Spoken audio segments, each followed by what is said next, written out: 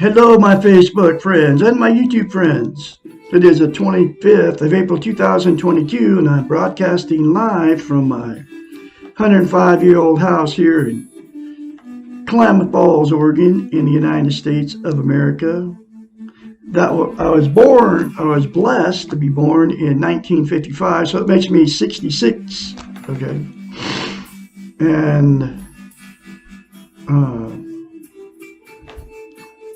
I am on YouTube and Facebook now, teaching how to love yourself out of this book right here. She's a doctor of psychology. Her name is Susanna McMahon. She wrote this book in 1992, The Portable Therapist, and every chapter talks about how we've been trained and taught not to have self-esteem. Okay. She's 73, lives in Madrid, Texas. So she wrote this book 30 years ago, and she knew then that they have trained us not to have self-esteem. So it's 1,000 times worse now with the social media. Okay? So, what self-esteem is it's also known as self-confidence, self-worth, self-love, right? And the two words self-esteem, you never hear anybody talking about it, okay? It's like a taboo subject, and that's because they don't want us to have it, okay? But anyway, what it is you know how we've all been in new relationships, right? That got that good feeling towards that other person. They can do no wrong, and then they say the same thing about you or feel the same way about you. You just feel good to be together, right? Well, self-esteem is that good feeling towards yourself, okay? And psychiatrist Dr. Susanna McMahon, since she went to school for 10 years to learn the science of the mind and how the mind works, came up with a concept to give her clients self-esteem on steroids because they would pay her big bucks as a psychiatrist to fix their messed up minds. She knew that they didn't have self-esteem because they've never been taught how to get it. So, and in order to have a healthy mind, you have to have self-esteem. Okay. And so she came up as a psychiatrist with a very simple concept to give her clients self-esteem. And it all comes from this book. That's where I got it from. You look at yourself in the mirror and say 4 things to yourself every day instead of criticizing yourself for the rest of your life. Okay. You say, I love you. Say, I love my inner child. Say, I'm worthy to be loved, worthy to love. Say, I'm full of goodness. Those 4 things to yourself in the mirror daily, without fail, will give you self-esteem on steroids. I kid you not. It worked on me, and that's why I am here on today's date, very confidently spreading her message from a psychiatrist. She put all her wisdom in this book to fix your unhealthy mind, to give you, make it so you have a healthy mind, okay? You can't function without a healthy mind. People do all kinds of weird stuff because they're not healthy-minded. Not because you're insane or anything, just because you're unhealthy-minded because of all our training, which this book talks about in every chapter, how we've been trained and taught not to have a healthy mind, okay? So anyway, the thing about self-esteem is, which she knew, first of all, you can't lie to yourself in the mirror. So that's why she came up with mirror therapy. She knew it as a psychiatrist. There's a psychological event that happens. You cannot say something to yourself in the mirror that's you can't lie to yourself in the mirror. So you can't say something that you don't believe. Okay, so it's very easy for you to say negative things about yourself in the mirror. That's why you criticize yourself. But you can't say I love you in the mirror because you don't believe it about yourself, because you can't lie to yourself in the mirror. Do you understand what I'm saying here? So the very first time you do it, folks, you'll have to force yourself to do it. But the more you do it, the more you feel it, the more you believe it. Trust me, it works. Because the first time I read it in this book, I was just like you out there. What good's that going to do? But I was reading the book. She says that several times in this book to do that. Okay? And so I just said, screw it, I'm going to do it. I have forced myself to do it. And the very first time, it's very strange. Okay? But now I do it confidently every day. Okay? Because to maintain self-esteem, you have to practice it. It's like lifting weights. Okay? You start lifting weights, build up weights to get to a certain point, and you just keep building weights. If you stop lifting weights, then you have to start over from scratch, wherever you started with the very first time. Self-esteem is the exact same thing for the brain. Anyways, so the reason to have self-esteem is so important is because you can't love without it, you can't be loved, and you also can't be content. Content is how you feel. It's you feel good about how, where, and what you are. It's also known as internal peace. There are many things. There's 10 things actually that people are using to try to be content. They're all known as externals. They will make you feel good temporarily, but they will, happy temporarily, but they'll never make you content. Okay, and they are drugs, alcohol, sex, gambling, food, television, religion, another person, material possessions, or money. They're all known as externals, like I said. They will make you happy momentarily, but it'll never last. Like, the warm, fuzzy feeling will always go away. Okay. And then the high off the drug will always go away, and then you have to do more to get that same good feeling. Just like when you turn the television on. That good feeling is only temporary while you're watching it. As soon as you turn it off, that good feeling goes away. Same thing with anything. Sex, food. Sex is good while you're doing it. As soon as it's over, you don't feel good anymore. Food, the exact same thing. Eat till you're full, and then that good feeling goes away. Okay. Money, the same thing. Religion, the same thing. Another new relationship, the same thing. Material possessions, the same thing. Gambling, the same thing. Okay. All the 10 things, it's always temporary. It'll never make you permanently happy. Only thing that will is 4 things to yourself in the mirror daily for the rest of your life. And the other thing about self-esteem is you can't be loved and you can't get love. Or you can't give love and you can't get love. Okay? So what people do, what happens in two people with no self-esteem, you get together, you get married, you don't get married. You hang out. You're going to be hanging out with these people for the rest of your life. That's what you think. Because it feels like that when you first get together with these people. It feels good. You all know that feeling, right? And then what happens without self-esteem in romantic relationships? 3 things will happen. The good feeling go away, then you start fighting and arguing with these people. Okay? And you don't know what's going on. All you know is you're fighting and arguing about everything, right? You do temporary separations and all this kind of stuff to try to fix yourself. Get counseling and therapy and all that.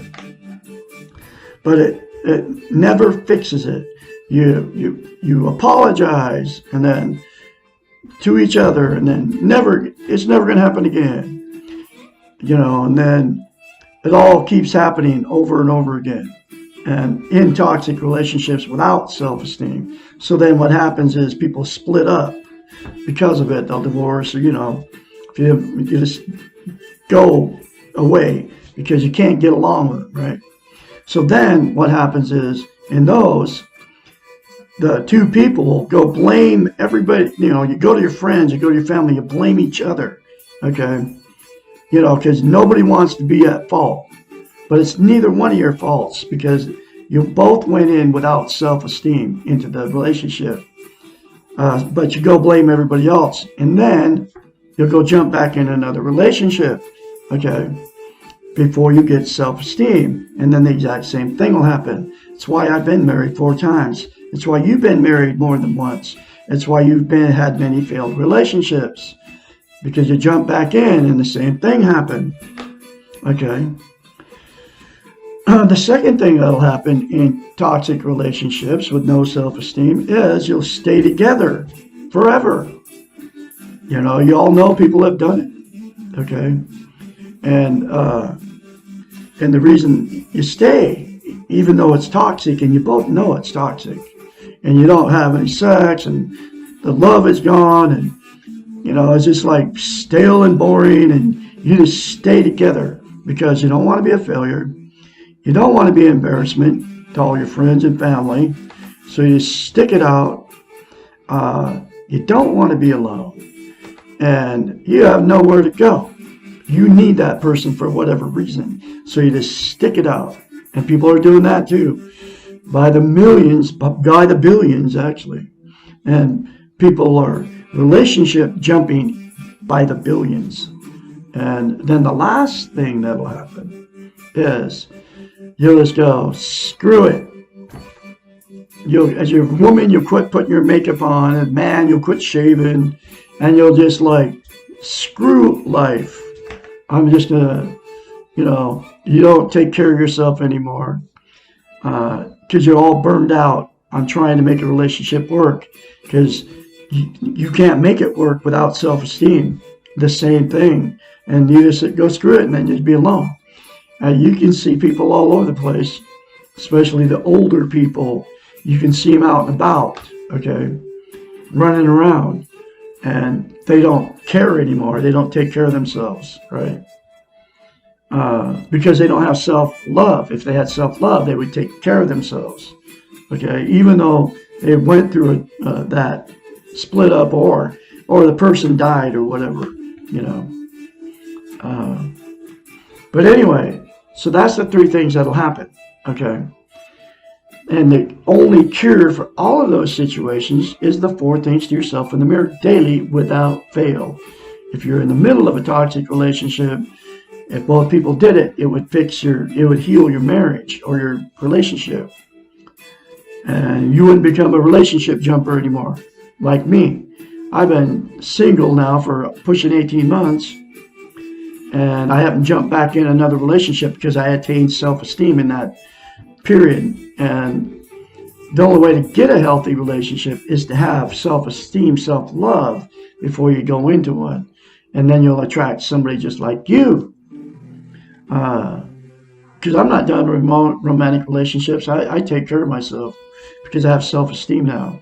I didn't go to the gutter like people without self-esteem do, start drinking and doing all the drugs and all that stuff to try to make themselves feel better, even though they split up, okay? I went just the opposite direction because I attained self-esteem because of mirror therapy. Anyway, so that's the things that will happen without self-esteem in romantic relationships. And you all know what I'm talking about. You've all been married there's a bunch of you been married more than once. There's a bunch of you single out there not afraid to get in another relationship because you know it's not going to work. But, like I said, the cure is to attain self-esteem. Anyway, I'm going through this book one lesson at a time. Here's the next lesson. Lesson number 61 from psychiatrist Dr. Susanna McMahon. Almost all of us at some time or another have thought about dying as an escape from our pain or the reality of our lives. We want to die when we feel that we have lost control of ourselves or when we have given up control, depression. Sometimes we may think we want to die to punish others that we are angry with or to cause pain to others. Revenge. At times, our negative feelings seem to overwhelm us and everything feels hopeless. We cannot see our way out of our negativity and we think that death may be the only escape. Wanting to die is the ultimate discouragement. It is the exact opposite of love of self. Sometimes death feels like the easy way out, and if it feels like that, it probably is the easy way out. It does not require courage to take the easy way out. Courage means taking the hard way and doing it when we do not understand or do not want to do it. The hero's task is to accept that there is pain, to accept that he or she cannot change the pain and do the best he or she can do anyway. Wanting to die often means wanting to control something that is not in our control. We do not know the purpose of our lives, and we do not know why we are here. We cannot know how our lives affect and interact with others, and we cannot perceive the big picture. Dying before our time. To die may be taking a shortcut, and shortcuts frequently cause us to become lost and often take longer than the accepted path. Suicide may be the most dangerous gamble of all because we do not know what the next step is. Death is an ending, but is it the ending of pain? Question mark. Just as we take ourselves with us wherever we go, we take our unresolved problems with us whenever we move. So, too, may we be taking the negativity and the pain with us when we cause our own death. Wanting to die and focusing our life energy on dying creates an illusion of powerfulness and control over things which are out of our power and control. We know that illusions prevent us from experiencing life. Longing for death as an escape from life is another way of focusing on the externals. Death is not a negative thing when we do not try to control it. Death is part of the natural process of life, and preparing for death as such means living our lives to the fullest now. In some ways, all of life can be thought of as a rehearsal for death. If we live a good life, a loving and encouraging and enhancing life, then death, when it comes, will not be a difficult decision. In fact, it will not be our decision at all. The paradox here is that the more we live our lives to the best of our capabilities, the more like the hero we each try to be, the less fearful of death will be. Developing strength and courage in this life means that we will take the same courage and strength with us when we die.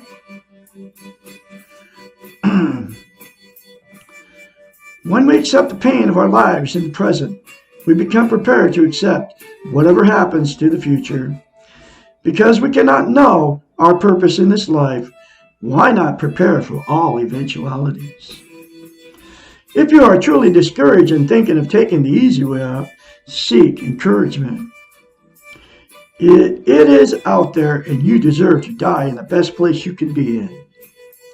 You deserve to die with dignity and grace, without fear of the unknown. You can only do this if you let go of your illusion of control. True courage means being uncertain and afraid, and without comprehension of the whole, but doing, living anyway. You are facing a heroic task, your life. You can be a hero to the only person that will go with you through this life, which is yourself. Wow. Another very powerful chapter for you out of this book, folks. You can all get the book. It's very cheap on Amazon, between $5 and $15. Get the book.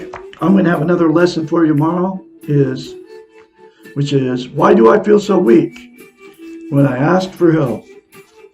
That'll be chapter 62. You all have a great day out there. Say 4 things to yourself in the mirror daily without fail, and it will change you from the inside out. I promise you. I guarantee you. From Douglas Allen Bickford here in Klamath Falls, Oregon.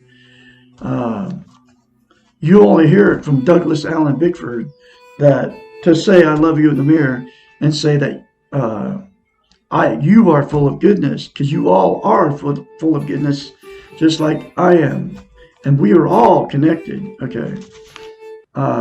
I can be your mentor when you start going through your change. 458-232-5238. Call me anytime, day or night. You all have a great day out there. I'll talk to you tomorrow.